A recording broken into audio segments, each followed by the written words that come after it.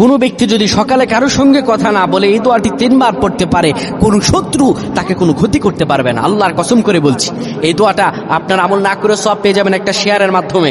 এই দোয়াটা শুনবেন, মা বোনদের কাছে এটি শেয়ার করে দিবেন। নবীজি বলেছেন বাল্লিগু আন্নি ওয়ালাউ আয়া, শোনার পরে মানুষের কাছে শেয়ার করে দিবা। এটি ফজিলতপূর্ণ আমল, এটি আমি করেছি, আলহামদুলিল্লাহ আমি ফলাফল পেয়েছি, আপনিও পাবেন। আমলটা করে দেখেন। নবীজি সাল্লাল্লাহু আলাইহি সাল্লামের শেখানো দোয়া, বুলেট মিস হতে পারে, গুলি মিস হতে পারে, কিন্তু দোয়ার ফজিলত মিস হবে না।